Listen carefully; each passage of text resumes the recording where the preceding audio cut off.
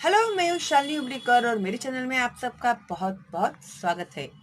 आज मैं 9th standard के बच्चों को सिखाने जा रही हूँ मराठी अक्षर भारती। तो आज हम लोग क्या सीखने वाले हैं? आज हम लोग सीखने वाले हैं पेज नंबर 65 में का जो गद्य आकलन है उसके बारे में। तो क्या होता है ये गद्य आकलन? ओके, तो चलो हम लोग अभी यहाँ पर स्टार्ट करते हैं। प्रश्नांची रचना करता येणे हे महत्वाचे भाषिक कौशल्य आहे। प्रश्नांची रचना करता येणे मीन्स क्वेश्चंस तैयार करने आना चाहिए। ये हमारी जो लैंग्वेज में जो एक मास्टरी होती है ना, उसका एक बहुत ही अच्छा और बहुत ही इम्पॉर्टंट पॉइंट है। हे कौशल्य प्राप्त होण्यासाठी गद्य आकलन या घटकाचा समावेश अभ्यासक्रमात करण्यात आला आहे। तो ये जो टैलेंट है ये आप लोगों को आना चाहिए। इसके लिए इसमें आप लोगों को गद्य आकलन में ये सिखाया जाता है। दिलेला उतारा वाचून, उतारा मीन्स पॅरेग्राफ, ओके, दिलेला उतारा वाचून रीड करके त्यावर आधारित 5 प्रश्न तुम्हाला तैयार करावयाचे आहेत। अभी एक पैराग्राफ दिया जाएगा आप लोगों को, तो उस paragraph with the help of that paragraph आप लोगों को 5 क्वेश्चंस तैयार करने हैं। अभी आप लोग क्वेश्चंस कब तैयार करोगे? जब आप लोगों को वो पैराग्राफ पता चलेगा तो ही आप लोग उसके ऊपर सवाल तैयार कर सकते है ना। हे 5 प्रश्न असे असावेत की त्यांची उत्तरे प्रत्येकी एका वाक्यात येतील। अभी जो भी तुम लोग क्वेश्चंस तैयार करोगे, पैराग्राफ रीड करके जो भी तुम लोग क्वेश्चंस तैयार करोगे वो क्वेश्चंस इस तरह से होने चाहिए कि उसका आंसर जो है वो एक ही सेंटेंस में आना चाहिए। ओके, अभी फॉर एग्जाम्पल मैं बोलती हूँ राम नाम का एक लड़का था। ठीक है, तो अभी आप लोग क्वेश्चन कैसे लिखोगे? लड़के का नाम क्या था? लड़के का नाम राम था। ओके, तो इस तरह से एक एग्जाम्पल दिया मैंने। ठीक है, अभी जो पैराग्राफ है, तो पैराग्राफ उतारा मीन्स पैराग्राफ। ओके, तो पैराग्राफ में क्या क्या आप लोग ध्यान से करेंगे? एक तो काळजीपूर्वक वाचा, केयरफुली उस पैराग्राफ को रीड कीजिए, विचार समझून घ्या। अभी वो जो पैराग्राफ में जो लिखा हुआ है ना उसको समझना भी तो जरूरत है ना। तो ये पैराग्राफ किस बारे में लिखा हुआ है वो भी समझ लो। संकल्पना समझून घ्या, तो ये पैराग्राफ लिखने के पीछे का एम क्या है वो भी आप लोगों को समझना चाहिए। उसके बाद एक तैयार केलेला प्रश्न अर्थपूर्ण असावा। अभी जैसे मैंने आप लोग को भी एग्जाम्पल दिया, राम नाम का एक लड़का था। लड़के का नाम क्या था? लड़के का नाम राम था। राम लिखो, रहीम लिखो, अमर लिखो, हसन लिखो, कुछ भी नाम लिखो, रॉड्रिक्स लिखो, मैरी लिखो, नाम आप लोग कुछ भी। लेकिन ये जो अभी क्वेश्चन हम लोग तैयार करेंगे ना वो भी मीनिंगफुल होना चाहिए। ठीक है। 2, कोण, कोठे, केव्हा, का। कोण मीन्स हू, कोठे मीन्स वेर, केव्हा मीन्स व्हेन, का मीन्स वाय इत्यादी यानी एटसेट्रा प्रकारच्या प्रश्नांची रचना करण्याचा सराव करावा। तो अभी इस तरह से अलग अलग टाइप के क्वेश्चंस तैयार करने की आप लोगों को प्रैक्टिस करनी होगी। सराव मीन्स प्रैक्टिस करना चाहिए। 3, प्रश्नांचे उत्तर उतार्यातच असेल असेच प्रश्न असावेत। ठीक है, अभी जो भी क्वेश्चंस आप लोग तैयार करोगे वो क्वेश्चंस उस पैराग्राफ में के ही होने चाहिए, उसके आंसर्स उस पैराग्राफ में ही होने चाहिए। ठीक है, जैसे मैंने अभी कहा कि राम नाम का एक लड़का था, तो राम कौन था? राम एक लड़का था। लड़के का नाम क्या था? लड़के का नाम राम था। देखो 2 सवाल हो गए ना हम लोगों के तैयार। तो हूं ना मैं होशियार। 4 उत्तरे पड़ताळून पहावीत। पड़ताळून देखना यानी चेक करना कि सही मायने में ये जो मैंने सवाल तैयार किया हुआ है इसका आंसर बराबर आता है ना, मेरे जो सवाल है उसका आंसर बराबर आता है कि नहीं, वो भी आप लोगों को चेक करके देखना पड़ेगा। के 6 प्रश्नांच्या शेवटी प्रश्न चिन्ह देणे आवश्यक आहे। अभी आप लोगों ने क्वेश्चन लिखा, ठीक है, तो क्वेश्चन लिखने के बाद एंड में हम लोगों को कौन सा चिन्ह देना चाहिए, साइन देना चाहिए, कौन सा मार्क देना चाहिए हम लोगों को? यस, क्वेश्चन मार्क, है ना। अगर क्वेश्चन मार्क नहीं देंगे हम लोग तो अपने मार्क गए, उड़ गए अपने मार्क्स, क्योंकि क्वेश्चन ही नहीं है तो फिर आंसर कहाँ से आएगा भाई, है क्या नहीं। आंसर रहेगा तो इस तरह से फुल स्टॉप देते हैं, पूर्ण विराम कहते हैं उसको मराठी में। और क्वेश्चन जब हम लोग लिखते हैं तभी हम लोग देते हैं क्वेश्चन मार्क। ओके, तो प्रश्नाच्या शेवटी means end of that question you have to give question mark. चिन्ह मीन्स साइन मार्क। ओके, आवश्यक, कंपल्सरी, नेसेसरी है। ओके, 7 उतार्याला योग्य शीर्षक कोणते असेल असा प्रश्न तैयार करू नये। ओके, अभी जो भी उन लोगों ने आप लोगों को पैराग्राफ दिया हुआ है तो आप लोग इसको कौन सा हम लोग टाइटल देंगे, शीर्षक यानी टाइटल देंगे, नाम देंगे। इस तरह के सवाल आप लोग नहीं लिखोगे वरना उसके मार्क्स कट हो जाएंगे। Don't ask question about the name of that paragraph, okay, otherwise they will give you 0 marks. वो इंस्ट्रक्शंस इन्होंने ऑलरेडी यहाँ पर दिया हुआ है, ठीक है।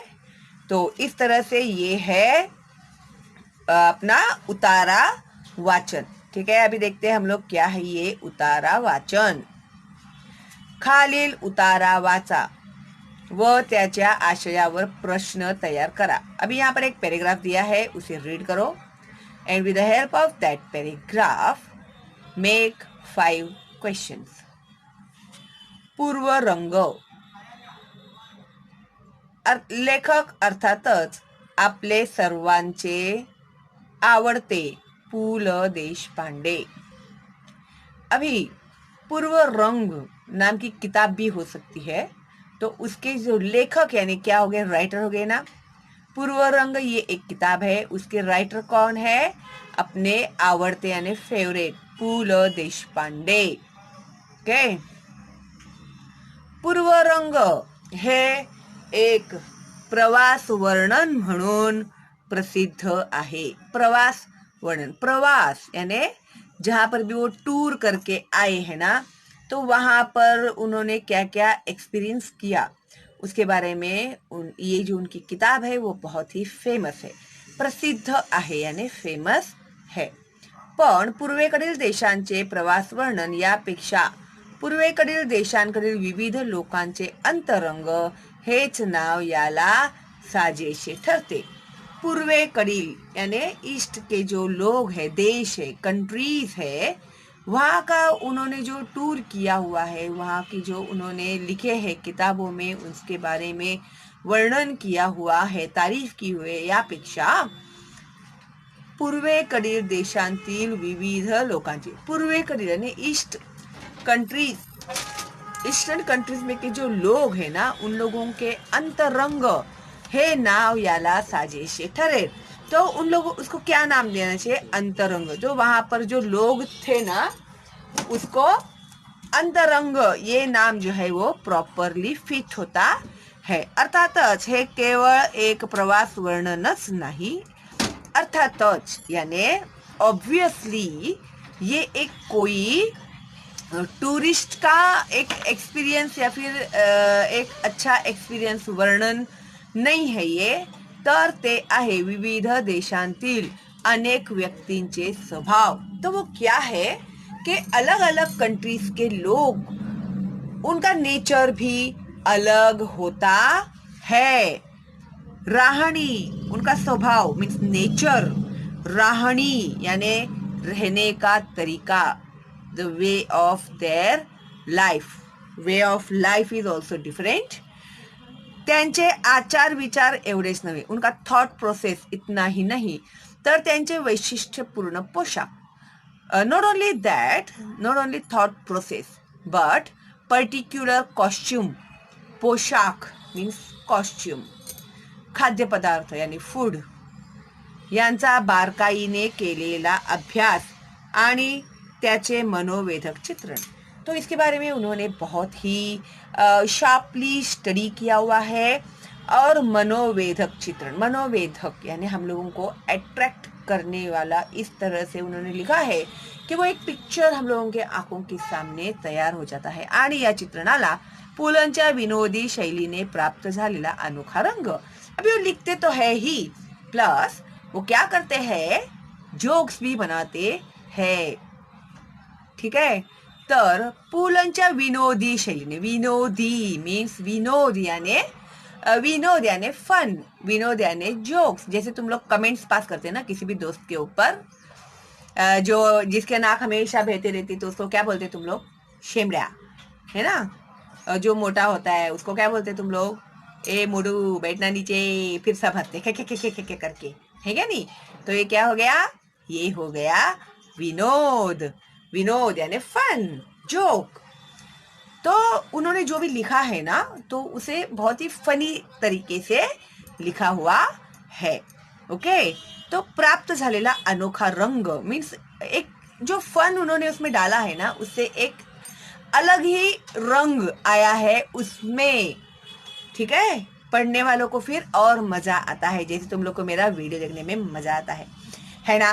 बराबर बोला ना मैंने, पता है मुझे। पुस्तकाची सुरुवातच होते लेखकाच्या प्रवास तयारीने। अभी स्टार्ट कैसे करते हैं कि एक पर्टिकुलर प्लेस पे हम लोग जा रहे थे, तो हम लोगों ने इस तरह से तैयारी चालू की। ठीक है, तो पैकिंग बिकिंग करना पड़ता है ना, बुक्स, तिकीट बुक करना पड़ता है ट्रॅव्हलिंग के लिए, फिर सामान लेने पड़ते, वो त्यात लेखकाचा उडणारा गोंधळ, फिर उसमें बहुत ही ऐसे घाई घाई हो जाती है। परदेशी जाताना घ्यावी लागणारी इंजेक्शने, अभी फॉरेन कंट्रीज में जाते वक्त इंजेक्शन्स लेने पड़ते हैं वो, आणि त्यातील कर्मचाऱ्यांचा गलथानपणा विनोदी भाषेत व्यक्त करताना पुलंनी इतके छान किस्से सांगितले आहेत की पहिल्यांदा वाचतानाच हे पुस्तक मनाची पकड़ घेते। तो अभी ये जो है, कहीं पर भी जाना हो तो उसका जो पैकिंग है ये वो, उसके पीछे जो भाग दौड़ हो जाता है, वो ये लूंगा ये नहीं लूंगा, ये रखूंगा ये नहीं रखूंगा, ये सूटकेस लूंगा ये नहीं लूंगा, ऐसा जो भी वॉट एवर। ओके, तो परदेशी जाताना घ्यावी लागणारी इंजेक्शन है। अभी फिर आप इधर जा रहे हो तो आपको ये इंजेक्शन लेना पड़ेगा, फिर ये इंजेक्शन लेना पड़ेगा, फिर ये इंजेक्शन लेना पड़ेगा। ऐसे करते करते वो लोग क्या करते हैं, त्यातील कर्मचाऱ्यांचा गलथानपणा।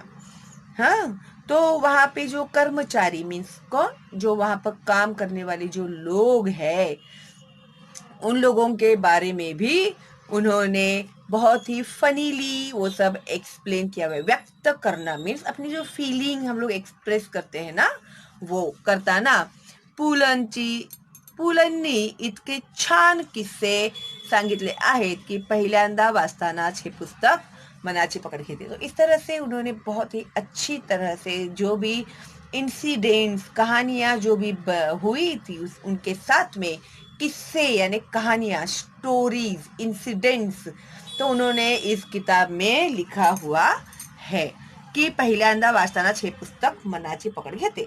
जब पहली बार ही हम लोग पढ़ते हैं ना ये किताब, तभी ही वो हम लोगों को इतना पसंद आता है, हमारे मन को भा जाता है, इतना वो अट्रैक्टिवली लिखा हुआ है। अभी गद्य आकलन उतारा प्रश्न। अभी ये आप लोगों को पैराग्राफ मैंने बहुत ही डिटेल में समझा दिया। अभी इसके क्वेश्चंस किस तरह से तैयार करते हैं। पूर्वरंग पुस्तकाचे लेखक कोण है ना? पूर्वरंग पुस्तकाचे लेखक कोण आहेत? पु ल देशपांडे. तो आन्सर आएगा पु ल देशपांडे. पूर्वरंग पुस्तकाचे लेखक पु ल देशपांडे आहेत. ओके. फिर सेकंड क्वेश्चन, पूर्वरंग या पुस्तकाचा वाङ्मय प्रकार कोणता? वाङ्मय प्रकार यानी किसके ऊपर लिखी गई है ये किताब? तो वो है प्रवास वर्णन. जो ट्रैवलिंग में जो भी एक्सपीरियंस आया है वो उन्होंने लिखा हुआ है, तो उसे प्रवास वर्णन दिया है. पूर्वरंग या पुस्तकाचा वाङ्मय प्रकार प्रवास वर्णन आहे. पुस्तकाची सुरुवात लेखक कोणत्या विषयाने करतात? पुस्तकाची सुरुवात लेखक आपल्या प्रवासाच्या तयारीने करतात. 4. पुस्तकात कोणत्या गोष्टींचा अभ्यास लेखकाने बारकाईने केलेला आढळतो? कोणत्या गोष्टींचा अभ्यास? ये आएगा उसका आंसर. अनेक विविध देशांतील अनेक व्यक्तींचे स्वभाव, त्यांची राहणी, त्यांचे आचार विचार एवढेच नव्हे तर त्यांचे वैशिष्ट्यपूर्ण पोशाख आणि खाद्यपदार्थ. ये है इसका आंसर. ओके. बारकाईने केलेला दिसतो.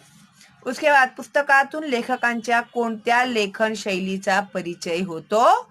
अभी ये किताब में से किस टाइप का राइटिंग उन्होंने किया हुआ है, तो आपको क्या पता चलता है कि ये किस टाइप की राइटिंग है? तो विनोदी शैलीचा, विनोदी लेखन शैलीचा, विनोदी लेखन शैलीचा परिचय होतो.